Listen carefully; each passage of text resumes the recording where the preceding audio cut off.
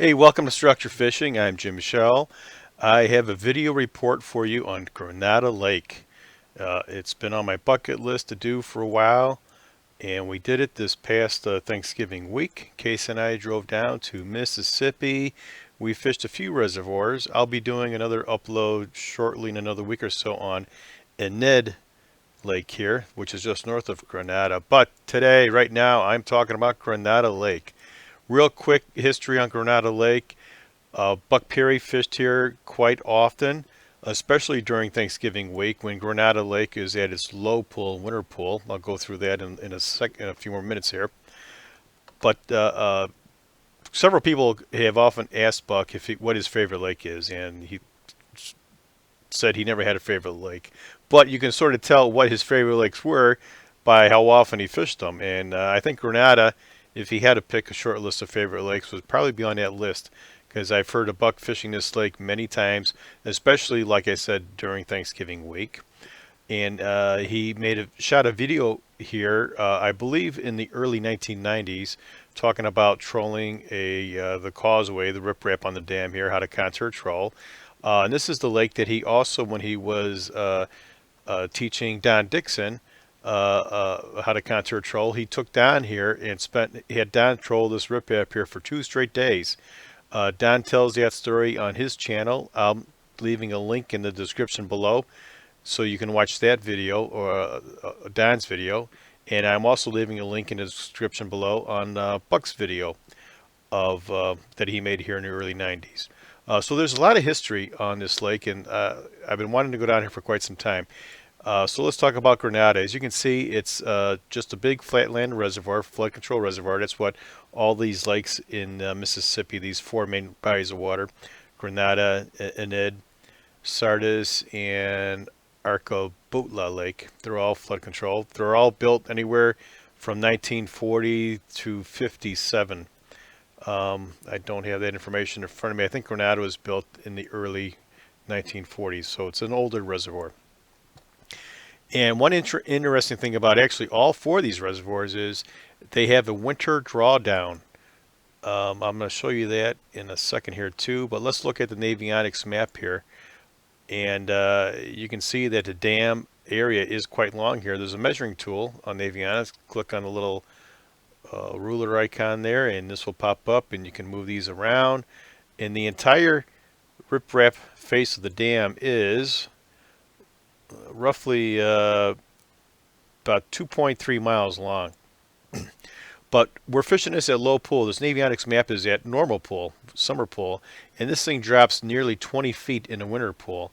So when they drop the winter pool, this is mostly exposed. So the fishable water in a winter pool is about what you have right here, which is just about roughly 1 mile long. And while we're talking about that, let me show you on Google Earth real quick here. Google Earth is another great tool I use when I'm scouting out new lakes I've never been on before for 2 things. You can get a sense of the watercolor by looking at the images on Google Earth. And let me find, here we go. I think this is, yeah, there's Granada. And you can see by the image on Google Earth that you got good watercolor. Actually, all these lakes in Mississippi have got really good watercolor. You'll see that in the video coming up here too. But the other thing I like using Google Earth for is you can get historical images. You can see snapshots during the past, say, 15 years or so on what the lake looked like. You can see in this particular current snapshot, it was taken at near low water, because you can see this is all exposed here, where it's typically the reservoir, this is all underwater, but it's exposed here. You can also actually see, look at this roadbed here. This road goes straight, and you got a submerged roadbed that goes, you can see it right here clear as day on the Google Earth image. You can see another roadbed coming down here. You can see that the road split and went here. So you can see structures at low waters, man-made structures like this roadbed here. And if you're not familiar with Google Earth, on the lower left-hand corner here, you'll see, hover over where it has the year, and it says historical imagery from 1997. So click on that, and you can go back to all the pictures from 1997. Here's the one taken in 1997, black and white, picture, you can see this was taken at low water. You can see it's all exposed here. But let me take a look at another one here. Let's move the little thing up here. Next picture is at 04, and you can see that this one was taken when it was pretty much full pool. You can see this is all underwater now. Let's see when the next picture is in 2010, taken pretty much at full pool. And our next picture is 2016, it was taken at low pool. You can see this is all exposed here now. So Google Earth is a good tool for that. But let's talk about specifically the structure here. I made a little drawing here of, this is like a section view looking at the dam area here. And full pool is 215 feet above sea level. And when I was fishing it, it was down to 195.5. That's a difference of 19.5 feet, almost 20-foot difference between full pool, which is, probably early midsummer, to where it was when I fished it at, pretty much at winter pool. They draw all these reservoirs down for flood control. So you got a big change in water elevation here.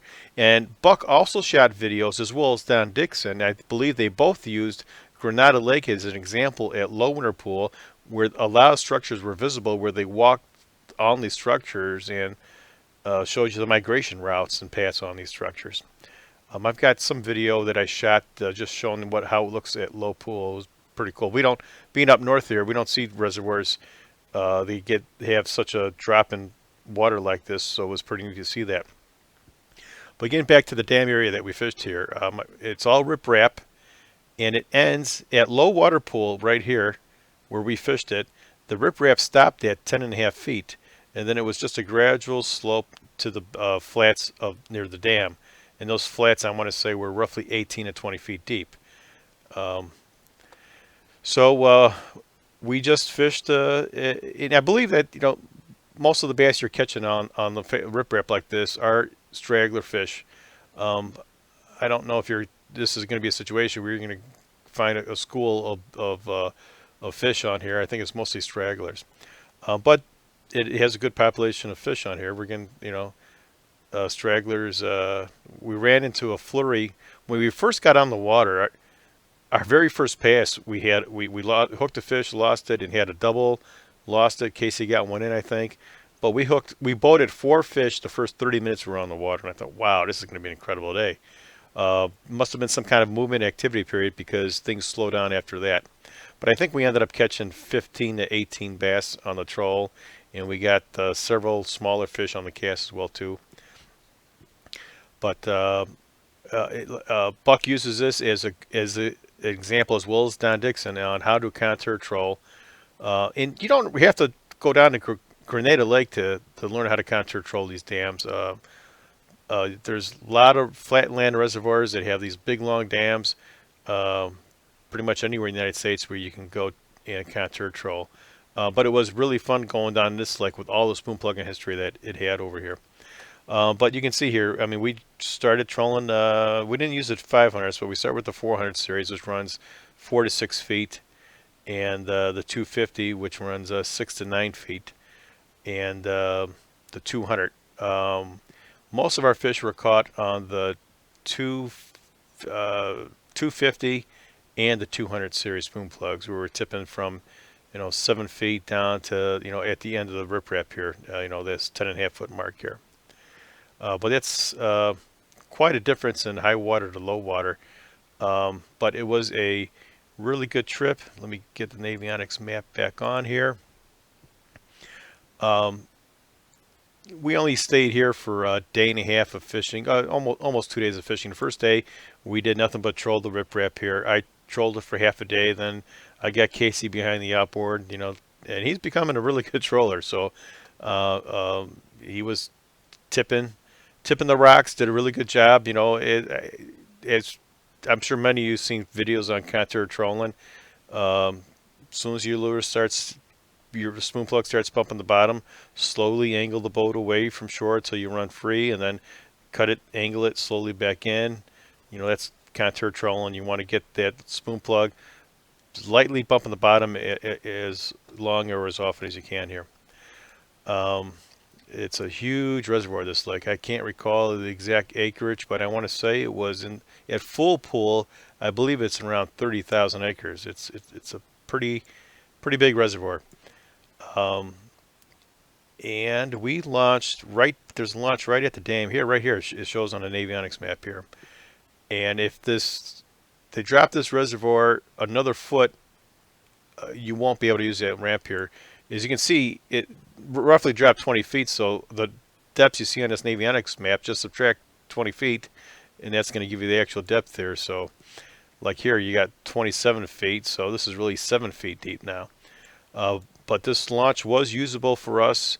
When you got out to, you can sort of see it right here. There's a little saddle right here, and it was only maybe 5 yards wide, if that, of water, and you had to hit this thing dead in the center, and you had about a foot of water to get through here. But now I think that's a different story. Actually, let me go on here real quick. To check out the water level, just type in, here it is, pops up for me right here, Granada Lake water level. And it's the first Google result. Click on that. And wow, this lake has dropped. When I fished it, it was 195.5. It was 19 and a half feet below normal pool. Here it's 193.84. It dropped over a foot and a half since I fished it, which means you can't use the launch anymore. And it'll even tell you right here that it is 21, just over 21 feet below normal pool, full pool. And when I was out there, it was 19 and a half feet. So it fell nearly almost another 2 feet. You can see historical data here for the last few years. You can click on additional years to see it, but it looks like it's pretty much at an all-time low right now. But it was a really good trip. We had a good time out there. And I'm going to show you some of the highlights of the fish we caught, and you want to see all the fish we caught on this particular trip. I'm going to put that on Casey's channel, Fishcraft. There'll be a link down below for that too. But it was a really good trip. You'll see in the video that the watercolor in not only Granada but all the reservoirs down there is just, really good. I mean, your lure disappears in 4 inches, 5 inches of water. Really good. That's my report on Granada Lake. Enjoy watching the video. Thanks for watching. You can see we're at the beginning of it over here, and it goes down, and I think it's about a 2-mile run to get all the way to the other end of the riprap there. And this is where he took Don Dixon when he was instructing Don Dixon. He wanted Don to be really familiar with trolling the lures without a depth finder, and I'm not going to tell the story. Watch the link below if you haven't heard it before, but I'm excited. This has been on my bucket list for quite some time. And I am here with Fishcraft, KC. Everybody knows this guy here.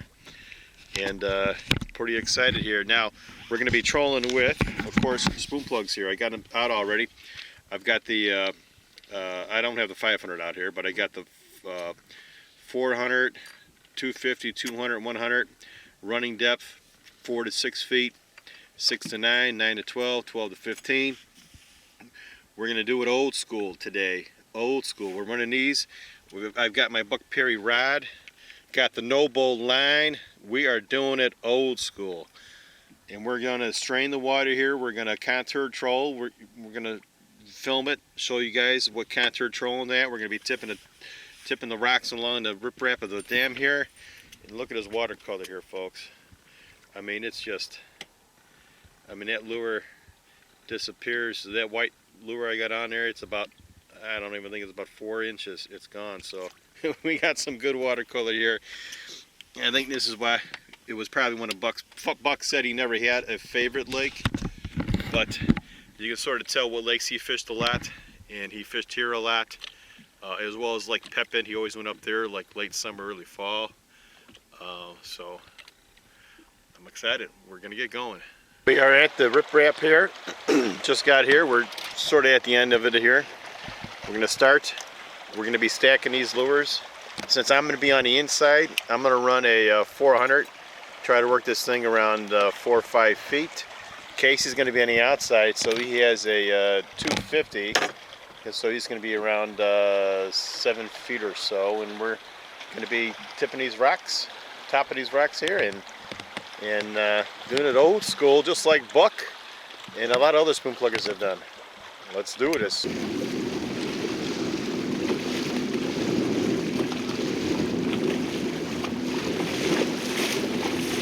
Got a small bass on. All right, I just lost one. Just got one. I'm just going to mark it out for reference. Mine jumped and I lost them.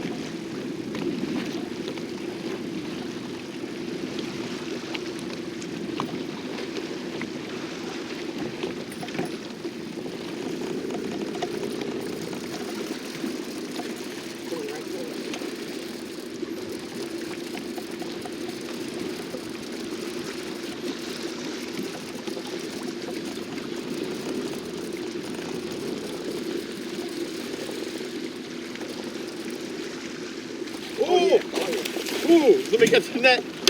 Oh, You jugged it, man. oh, That was cool. we had a double. I lost my fish, Casey got his fish. We found a school on Grenada. That is a nice. It, man. Oh man, let me get the camera here. Hold on. Oh, Mississippi bass. My first ever fish in Mississippi.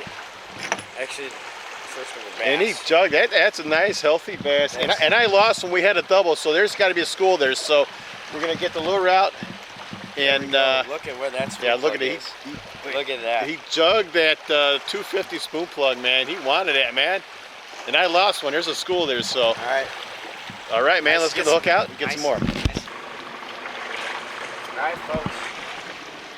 There is our The first bass spoon plug in the rip rap here. Probably 3 pounder, 2 3/4, 3 pound. Oh, he's healthy, nice fish. And he jugged that 250 spoon plug. It means I might have to go a little faster than him. Look at that watercolor. All right, he'll go. All right. All right, let's get some more.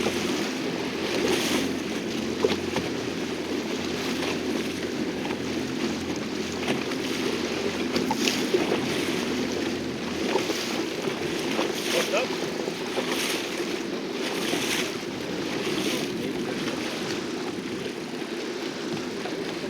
All right, we got another bass on. Bass for the day. Another nice one.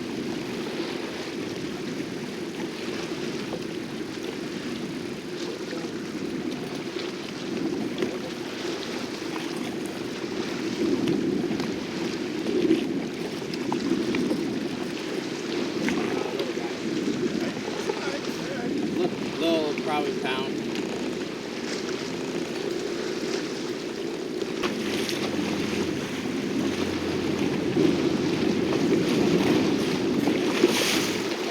Casey sucked up again.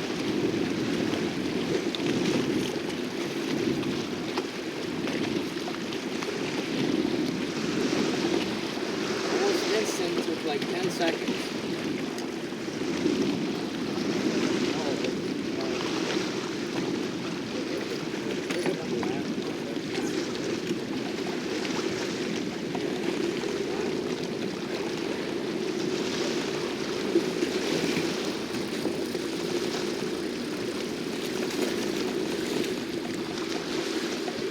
A little bit bigger than the last one. Here we go. That's the third one on that. Let's see that 250 spoon plug you got in there. Chartreuse. Oh, Third bass in literally 10 minutes. yeah.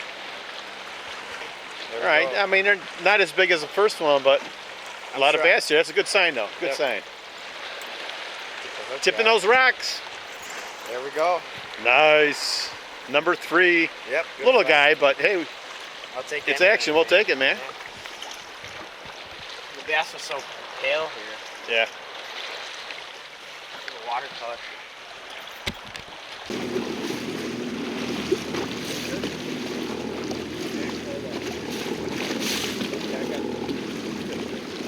All right. Hooked up. Feels weird. Oh, it's on top. Okay.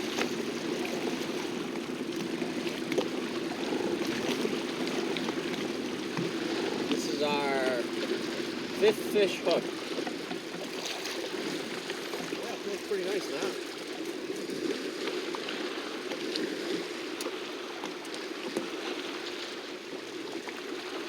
Oh yeah.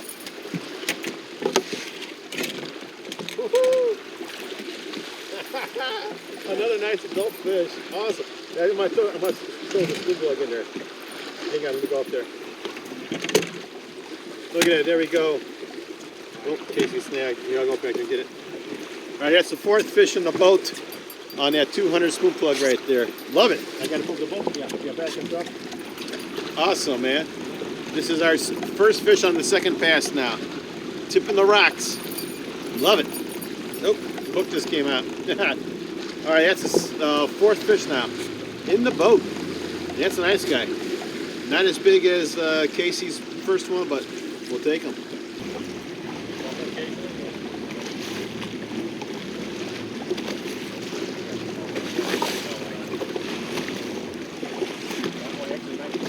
All right, I'm hooked up again. Looks like a nicer fish.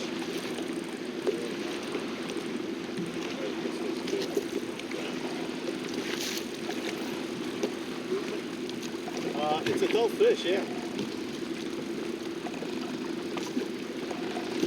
Yeah, I think I want the net on this guy.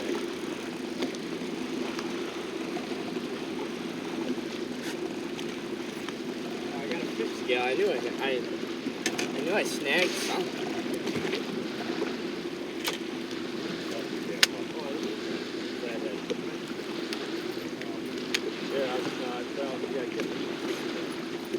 All right, my bass ended up being a flathead catfish.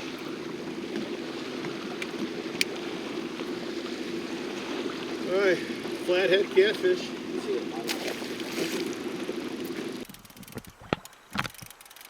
Alright, we're hooked up. It's been a pretty long time. It seemed like there was an early morning movement and we got nothing.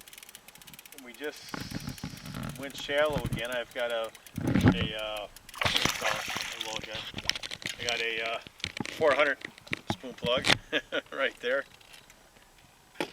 That's the 5th bass today. But boy, it really slowed down though.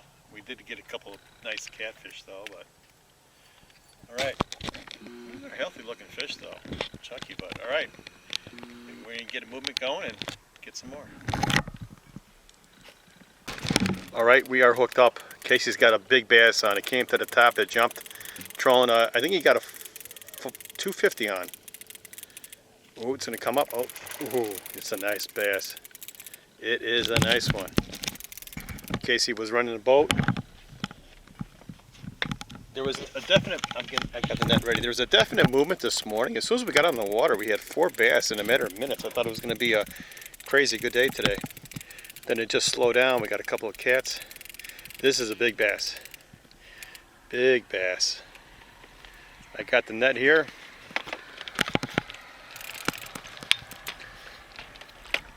Nice bass. This is definitely the biggest bass of the day. We had 2 out of the 5 bass we boated. 2 were what I'll call adult fish, big ones. Yes. Yeah, that thing's gonna go close to 5, I think.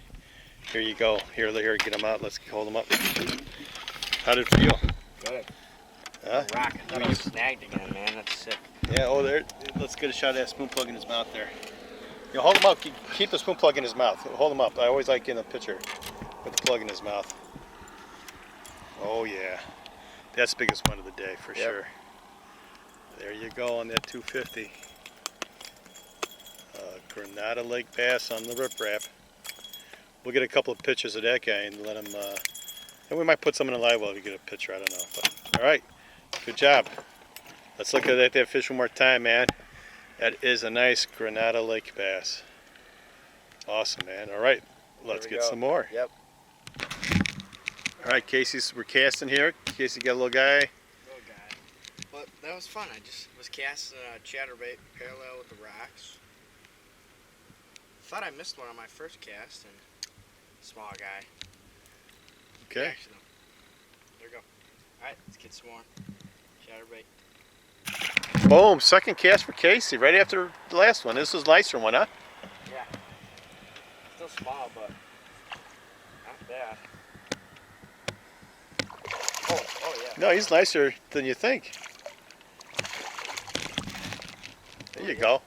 That was nice. Yeah, he's a chunky 15, I'd say. Chatterbait. Nice. Vibration. That's fun. There we go. Right. Alright, let's get some more.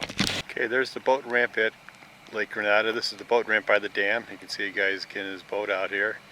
Water's 19 feet down. 19 feet down. So you can see how dry all the shoreline and some of the structures exposed here. And this water goes down anymore, you probably can't use this boat ramp. But I think we're at winter pool now. I don't think it goes any lower than this. But the ramp ends right there. You got to get out this little feeder creek, and right there is where it narrows down. You can sort of see right there. That's only about a foot of water you got to get the boat through, which we're able to do it. But a big boat's going to have some problems. And the dam is, you can't see it, but it's around the corner over there is the dam. But it's pretty neat seeing this lake with all these structures exposed. You got to obviously hump out there. You know, you can identify some shoreline bars, some steep, some more gradual, but pretty neat. I believe this is where Buck and Don both shot some videos walking these structures and pointing out the migration paths on these structures. But there's Granada Lake.